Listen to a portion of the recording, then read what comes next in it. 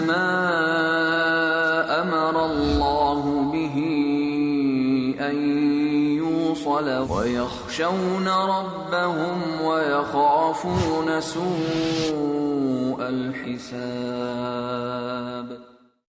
السلام علیکم ورحمۃ اللہ وبرکاتہ۔ ناظرین کرام، ایک بار پھر میں حقوق العباد کے موضوع کو لے کر کے حاضر ہوں۔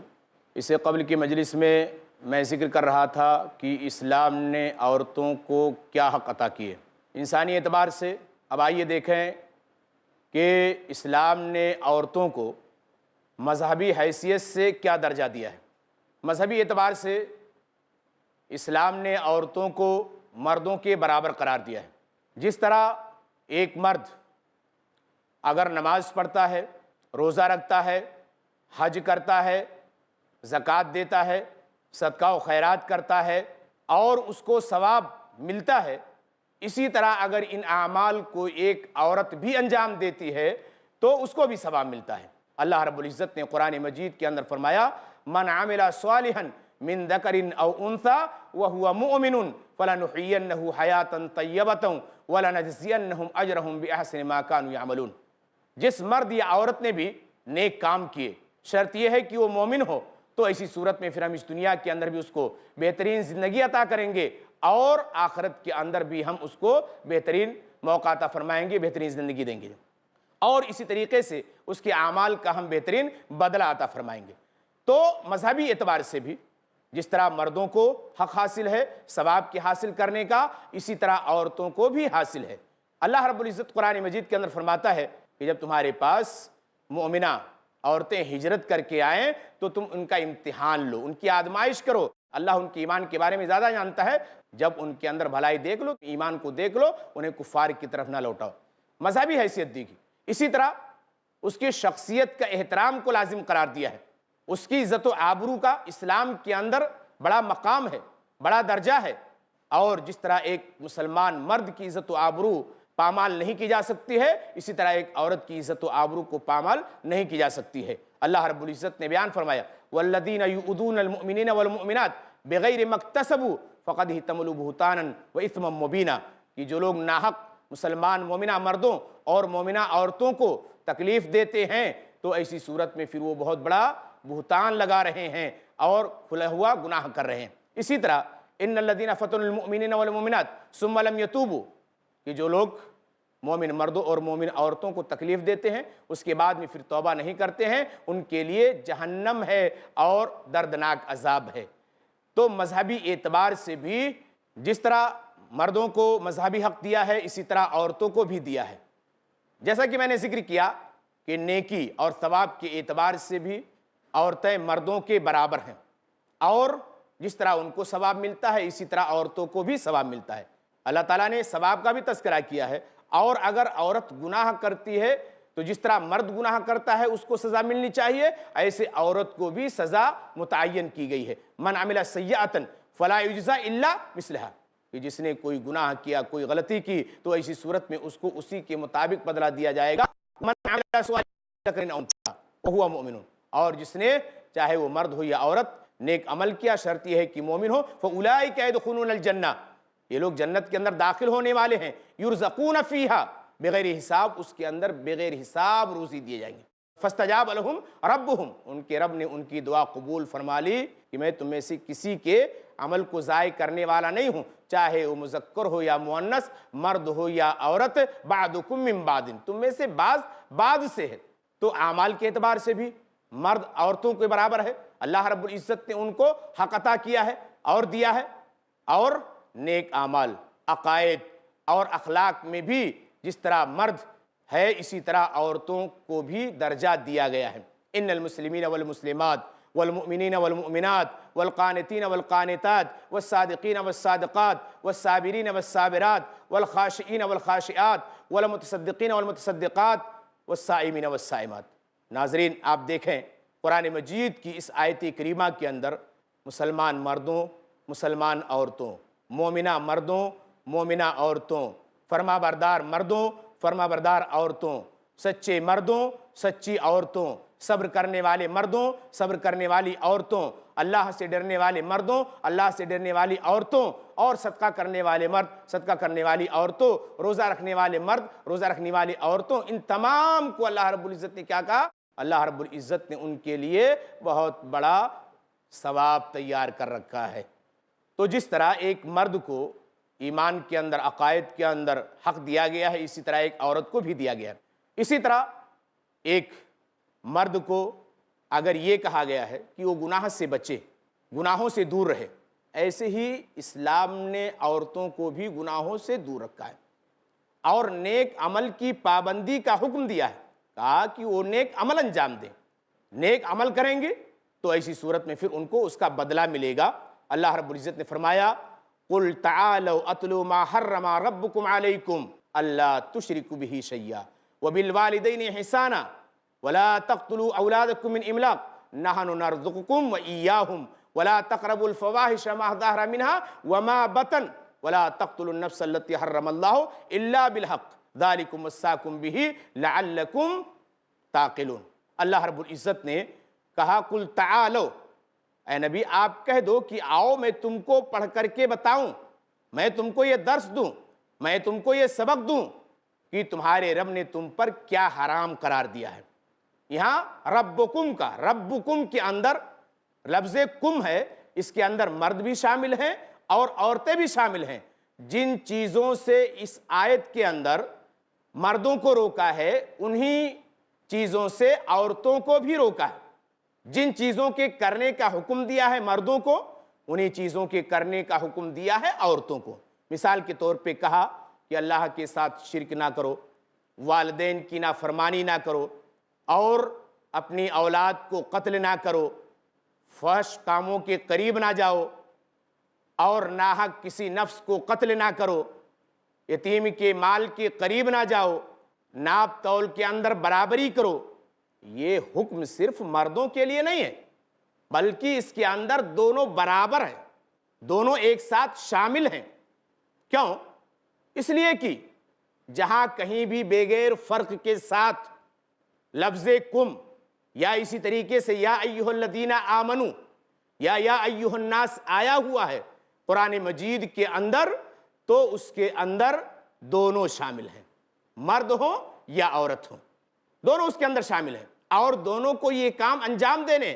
تو جس طرح ایک مرد کو کہا گیا گناہوں سے بچو، اجتناب کرو، اگر گناہ انجام دو گے تو تمہیں اس کے اوپر عذاب ملے گا، اسی طرح عورتوں کو بھی کہا گیا کہ ان منہیات کے قریب نہ جاؤ، اگر انجام دو گی تو تمہیں قیامت کے دن اس کی سزا بھگتنی پڑے گی۔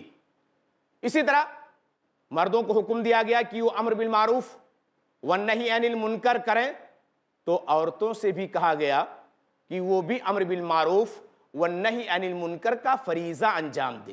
اللہ رب العزت نے بیان فرمایا والمؤمنون والمؤمنات بعضهم اولیاء بعض یامرون بالمعروف وینہون عن المنکر ویقیمون الصلاۃ ویؤتون الزکاۃ ویطیعون اللہ ورسولہ اولئک سیرحمہم اللہ ان اللہ عزیز حکیم، کہ مومن مرد، مومنہ عورتیں باہم ایک دوسرے کے دوست ہیں، اور یہ بھلائی کا حکم دیتے ہیں، برائی سے روکتے ہیں۔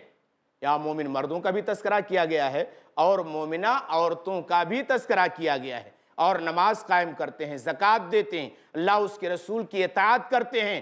یہ ان کی خصوصیات ہیں جو اپنے آپ کو مومن کہتے ہیں۔ جو مومن ہیں، مرد ہیں یا عورتیں، امر بالمعروف والنہی عن المنکر کے فریضے کو بھی انجام دیتے ہیں۔ ناظرین، امر بالمعروف والنہی عن المنکر کے تعلق سے اگر ہم صحابیات کی سیرت کو دیکھتے ہیں تو بہت سارے ایسے دلائل ہم کو فراہم ہوتے ہیں کہ اس امر کو اور اس فریضے کو بڑی ہی خوش دلی کے ساتھ امہات المومنین نے، اس کے علاوہ دیگر صحابیات نے اور بعد کی خواتین اسلاف نے انجام دیا ہے۔ جہاں کہیں بھی دیکھا کہ یہ غلط کام ہے، اس کو روکنے کی کوشش کی، جہاں کہیں بھی دیکھا کہ یہ طریقہ اسلام کے خلاف ہے، اس سے منع کرنے کی کوشش کی، ذرہ برابر اس کے اندر کوتاہی نہیں کی۔ تو آج کی خواتین کی بھی ذمہ داری بنتی ہے کہ جب وہ غلط کاموں کو دیکھیں، منکر کو دیکھیں، تو ایسی صورت میں پھر حتی الامکان اس کو روکنے کی کوشش کریں۔ اگر ہاتھ سے طاقت ہے تو ہاتھ سے، اگر زبان سے طاقت ہے تو زبان سے، اگر اس کا نہیں تو اپنے دل کے اندر برا جانے۔ اللہ کے رسول صلی اللہ علیہ وسلم نے کہا من رأى منکم منکرا فلیغیرہ بیدہ وإن لم یستطع فبلسانہ فإن لم یستطع فبقلبہ وذلک اضعف الایمان۔ تم میں کا جو منکر عمل دیکھے، غلط عمل دیکھے، تو چاہیے کہ اس کو روکنے کی کوشش کرے۔ اپنے ہاتھ سے اس کی طاقت نہ رکھتا تو اپنی زبان سے، اس کی طاقت نہیں رکھتا ہے تو اپنے دل کے اندر برا جانے۔ یہ ایمان کا سب سے کمتر درجہ ہے۔ تو امر بالمعروف جس طرح مرد کو انجام دینا ہے، اسی طرح عورت کو بھی حکم دیا گیا ہے کہ وہ امر بالمعروف والنہی عن المنکر کے فریضے کو انجام دے۔ ناظرین، عورت کی معاشرتی حیثیت، معاشرہ کے اندر اس کا کیا مقام، کیا درجہ، جیسا کہ میں نے ذکر کیا کہ اللہ کے رسول صلی اللہ علیہ وسلم کی آمد سے پہلے بھی عورتوں کی کوئی حیثیت نہیں تھی، بلکہ ان کی پیدائش کو باعث ننگو آر سمجھا جاتا تھا، زندہ ان کو درگور کر دیا جاتا تھا۔ بلکہ دارمی کی روایت کے مطابق، گرچہ لوگوں نے اس روایت کے سلسلے میں کلام کیا ہے، راوی بیان کرتے ہیں کہ ایک مرتبہ اللہ کے رسول صلی اللہ علیہ وسلم اپنے صحابہ کے ساتھ بیٹھے ہوئے تھے، ایک آدمی آیا اور اس نے اپنے زمانے جاہلیت کے عمل کو بیان کیا۔ وہ عمل کیا تھا؟ کہا کہ اللہ کے رسول، میری ایک پھول جیسی بچی تھی اور بہت ہی مجھ کو مانتی تھی، جب میں گھر آتا تو ابو ابو کہہ کر کے دوڑتی تھی، لیکن چونکہ ماحول تھا ایسا کہ بچیوں کی ولادت کو باعث شرم و عار سمجھا جاتا تھا، لہذا میری غیرت میرے اوپر غالب آئی اور اس کے بعد میں پھر ایک دن میں لے جا کر کے اس کو گڑھا کھود کر کے اس کے اندر ڈال دیا۔ اللہ کے رسول، جب میں نے اس کو ڈالا تو اس کی آواز ابو ابو آ رہی تھی، آج بھی وہ آواز میرے کانوں کے اندر ٹکرا رہی ہے۔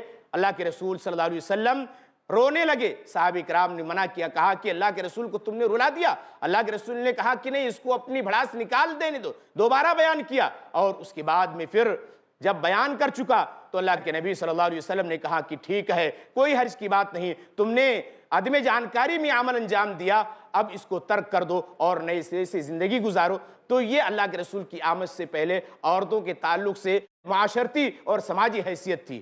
ناظرین، وقت ہو رہا ہے وقفے کا، انشاءاللہ ہم پھر آپ سے ملاقات کریں گے۔ والسلام علیکم ورحمۃ اللہ وبرکاتہ۔ اسلامی و ایمانی اضاء کم علمی دھکیلتی ہے گمراہی کے دلدل میں۔ جو لوگ سود کھا رہے ہیں، کھلا رہے ہیں اور اس کے کاروبار میں کسی بھی طرح سے شریک ہے، اللہ اور اس کے رسول سے جنگ کر رہے ہیں۔ شک و شبہات کے جنگل میں سارے لوگ ایک تھے، پھر کیا ہوا؟ شیطانوں نے اتنی بنیادیں پیش کی کہ ہر ایک آدمی الگ ہوتا چلا گیا۔ کیونکہ جہالت ایک بیماری ہے۔ ذات باری تعالیٰ کا انکار کرنے والا اس بنیاد پر کہ ہمیں دکھائی کیوں نہیں دیتا، وہ احمق کہلائے گا، عقل مند نہیں ہے وہ۔ مگر اسلام میں بیداری ہے۔ شیطان کبھی بھی کوئی بھی راستہ دکھاتا ہے، ہمیں پہچاننے کے لیے ایک راستہ موجود ہے کتاب و سنت میں۔ پوچھو تو صحیح، شیخ رضا اللہ عبد الکریم مدنی سے زندگی کی تاریکیوں سے نکل کے اجالے کی طرف لانے والی واحد روشنی، ہر جمعہ رات 8 بجے صرف i+ ٹی وی پر، بہتر زندگی کے لیے۔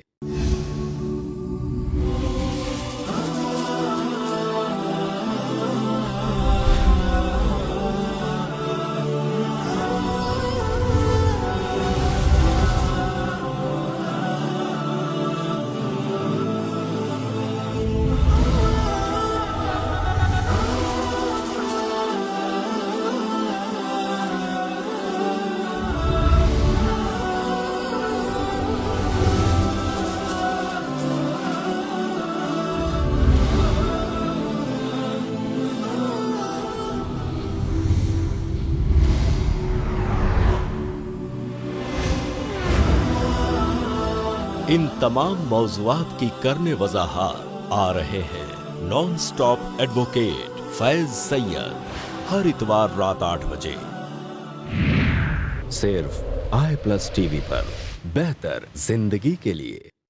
بادشاہ ہو یا کہ ہو کوئی فقیر، ہر کسی کا رہنما قرآن ہے۔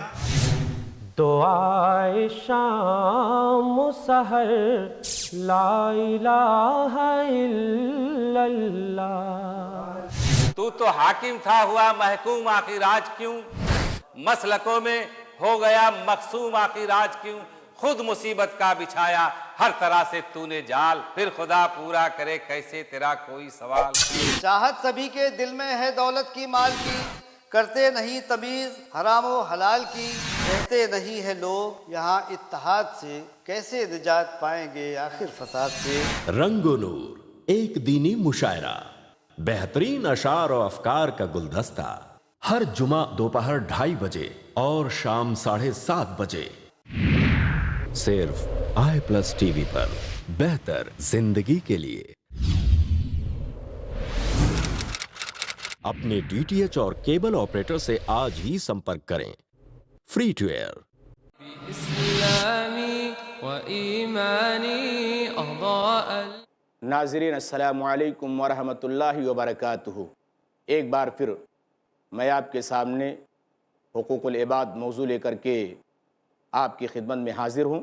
اس سے قبل کی مجلس میں نے ذکر کیا کہ جس طرح اولاد پر ماں کے حقوق ہیں، ایسے ہی والدین پر اولاد کے بھی حقوق ہیں، اور والدین کی بھی ذمہ داری بنتی ہے کہ وہ اپنے حق سے اچھی طرح سے سبکدوش ہونے کی کوشش کریں، ورنہ ان کو بھی اللہ رب العزت کے یہاں جواب دہ ہونا پڑے گا۔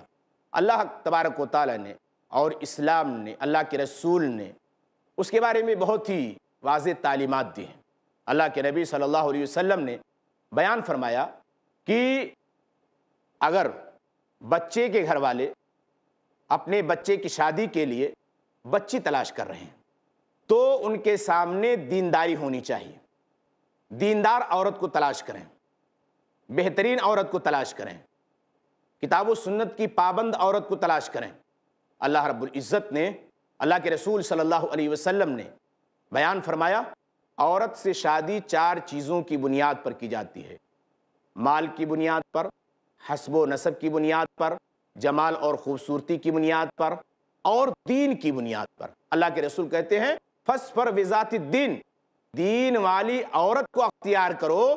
اللہ کے رسول صلی اللہ علیہ وسلم کی یہ حدیث ہمیں درس دیتی ہے، ہمیں بتلاتی ہے کہ جب ہم لڑکی کو تلاش کریں شادی کے لیے، رشتے کے لیے، تو دیندار لڑکی کو تلاش کریں۔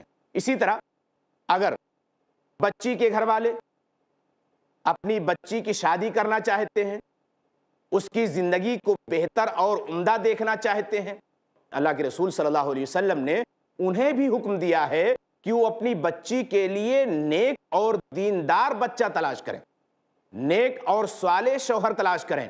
اللہ کے رسول صلی اللہ علیہ وسلم نے کہا اذا خطب الیکم من ترضون دینہ وخلقہ فزوجوہ الا تفعلوا تکن فتنة فی الارض وفساد عریض۔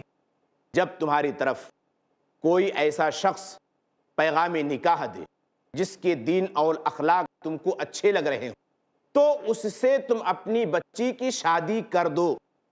اگر تم ایسا نہیں کرو گے تو زمین کے اندر فساد اور لمبا چوڑا فتنہ برپا ہوگا۔ اللہ کے رسول صلی اللہ علیہ وسلم نے اس حدیث کے اندر بچی کے اولیاء کو، بچی کے ذمہ داروں کو یہ تلقین کی ہے، یہ درس دیا ہے، یہ تنبیہ کی ہے کہ وہ اپنے بچی کے لیے نیک اور صالح لڑکا تلاش کریں۔ تو بچے والے بھی اپنے بچے کے لیے نیک اور دیندار بچی تلاش کریں، بچی والے بھی اپنی بچی کے لیے نیک شوہر کا انتخاب کریں۔ اللہ تبارک و تعالیٰ نے بیان فرمایا وَأَنكِحُوا الْأَيَامَ مِنكُمْ وَالصَّالِحِينَ مِنْ عِبَادِكُمْ وَإِمَائِكُمْ إِنْ يَكُونُوا فُقَرَاءَ يُغْنِيهُمُ اللَّهُ۔ اللہ تعالیٰ کہتا ہے کہ تم میں سے جو غیر شادی شدہ ہیں ان کی تم شادی کر دو، اور اسی طرح جو تمہارے نیک غلام اور لونڈیاں ہیں ان کی بھی شادی کر دو۔ اگر وہ فقیر ہوں گے تو اللہ تعالیٰ اپنے فضل سے ان کو مالدار کر دے گا۔ اور دوسری جگہ اللہ تبارک و تعالیٰ فرماتا ہے وَالطَّيِّبَاتُ لِلطَّيِّبِينَ وَالطَّيِّبُونَ لِلطَّيِّبَاتِ أُولَئِكَ مُبَرَّؤُونَ مِمَّا يَقُولُونَ، کہ پاکیزہ عورتیں پاکیزہ مردوں کے لیے، پاکیزہ مرد پاکیزہ عورتوں کے لیے، ان کا دامن پاک ہے ان چیزوں سے جن باتوں سے وہ ان کو ملوث کرتے ہیں اور جو باتیں وہ ان کے بارے میں کہتے ہیں۔ تو ان تمام احادیث اور ان تمام آیات کے اندر اس بات کی تلقین کی گئی ہے کہ اگر ہم اپنے بچے کو بہتر دیکھنا چاہتے ہیں، اپنی نسل کو بہتر دیکھنا چاہتے ہیں اور یہ چاہتے ہیں کہ ہماری یہ نسل آگے چل کر کے بہتر اور عمدہ بنے، تو ہمیں بہترین والدین کا انتخاب کرنا ہوگا۔ اس کے بعد پھر دوسری ذمہ داری یہ بنتی ہے کہ شادی کے بعد جب میاں بیوی کا باہمی ملاپ ہو اور وظیفے زوجیت ادا کرنے کے لیے دونوں اکٹھا ہوں تو سنت نبوی کے مطابق ادا کریں۔ اور نبی کی سنت کیا ہے؟ اللہ کے نبی صلی اللہ علیہ وسلم نے بیان فرمایا کہ اگر کوئی انسان اپنی بیوی کے پاس اپنی نفسانی خواہشات کی تکمیل کے لیے جاتا ہے اور اس سے پہلے یہ دعا پڑھتا ہے اللہم جنبنا الشیطان وجنب الشیطان ما رزقتنا، اور اس کے بعد پھر اس عمل کو انجام دیتا ہے، تو اگر اللہ نے اس کی قسمت میں اولاد نصیب کیا ہے، مقدر کیا ہے، تو شیطان اس کو کبھی نقصان نہیں پہنچا سکتا ہے، شیطان اس کو کبھی ضرر نہیں پہنچا سکتا ہے۔ اسی طرح والدین کی تیسری ذمہ داری یہ ہے کہ وہ پاکیزہ اور حلال روزی استعمال کریں۔ جب نطفہ پیٹ کے اندر قرار پائے اور پلنے بڑھنے لگے تو والدین کی ذمہ داری ہے حلال روزی استعمال کریں۔ کیوں؟ اس لیے کہ اگر روزی حلال ہے تو اس کا بھی اثر پیٹ کے اندر پلنے والے بچے اور بچی کے اوپر پڑتا ہے۔ اگر حلال روزی ہے تو اس کا اچھا اور بہترین نتیجہ برآمد ہوگا، اور اگر حرام روزی ہے تو اس کا برا نتیجہ آگے چل کر کے ہمارے اور آپ کے سامنے آئے گا۔ اللہ رب العزت نے قرآن مجید کے اندر بیان فرمایا وَيَسْأَلُونَكَ مَاذَا أُحِلَّ لَهُمْ قُلْ أُحِلَّ لَكُمُ الطَّيِّبَاتُ، یہ لوگ آپ سے پوچھتے ہیں کہ ان کے لیے کیا چیز حلال کی گئی ہے، اے نبی آپ کہہ دیجئے کہ ان کے لیے پاکیزہ چیزیں سب کے سب حلال کی گئی ہیں۔ جو پاکیزہ ہیں، جو حلال ہیں، ہم اس کو کھا سکتے ہیں، اس کو پی سکتے ہیں، اس کو استعمال کر سکتے ہیں۔ اسی طرح اللہ تعالیٰ نے نبی کی بعثت کا تذکرہ کرتے ہوئے بیان فرمایا وَيُحِلُّ لَهُمُ الطَّيِّبَاتِ وَيُحَرِّمُ عَلَيْهِمُ الْخَبَائِثَ، وہ نبی کیا کرتا ہے؟ ان کے لیے پاکیزہ چیزوں کو حلال کرتا ہے اور ناپاک چیزوں کو ان کے لیے حرام کرتا ہے۔ اور اللہ رب العزت نے اہل ایمان کو اس بات کی تلقین کی ہے کہ وہ پاکیزہ روزی اپنے جسم کے اندر ڈالیں۔ اللہ تبارک تعالیٰ فرماتا ہے اے ایمان والو، ہم نے جو تم کو پاکیزہ روزی دی ہے اس کو کھانے کی کوشش کرو۔ اور یہ تو عام لوگوں کی بات رہی، اللہ تعالیٰ نے رسولوں کو خطاب کرتے ہوئے کہا یا ایھا الرسل کلوا من الطیبات، اے رسولو تم پاکیزہ روزی کھاؤ۔ تو تیسری ذمہ داری یہ بنتی ہے کہ والدین پاکیزہ روزی استعمال کریں تاکہ اس کا نتیجہ بہتر اور اچھا برآمد ہو۔ اگر حلال روزی ہوگی تو نتیجہ بہتر ہوگا، اگر حرام روزی ہوگی تو اس کا نتیجہ خراب آئے گا ہمارے اور آپ کے سامنے۔